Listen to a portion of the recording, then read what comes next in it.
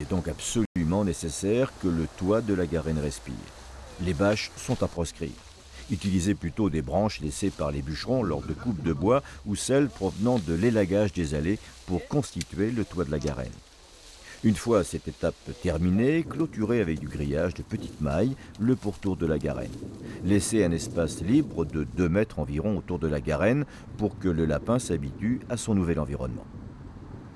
Alors ce que nous faisons, nous clôturons, puis au bout de 8 jours, on retire le grillage du côté sud pour que l'animal s'habitue lui-même à l'environnement qui l'entoure, c'est-à-dire son petit parc naturel, moi j'appelle ça.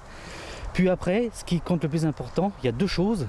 C'est de lui donner à manger pour qu'il s'habitue au milieu, disons, naturel. Et la deuxième chose, c'est de piéger à l'extérieur, parce que nous sommes obligés quand même de piéger, vu qu'il y a quand même des nids qui sont attirés, sachant que le lapin reste clôturé, donc rien ne l'empêche de venir, de sauter le grillage ou d'en dévorer quelques-uns.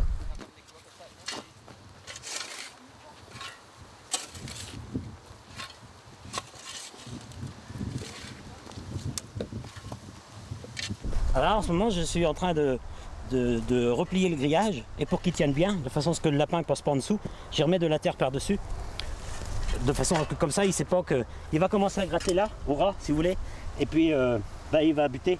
Alors que si on le laisse comme ça, il va vite trouver le joint. Et voilà. C'est terminé. Il ne nous reste plus qu'à... Donc on a installé la tôle.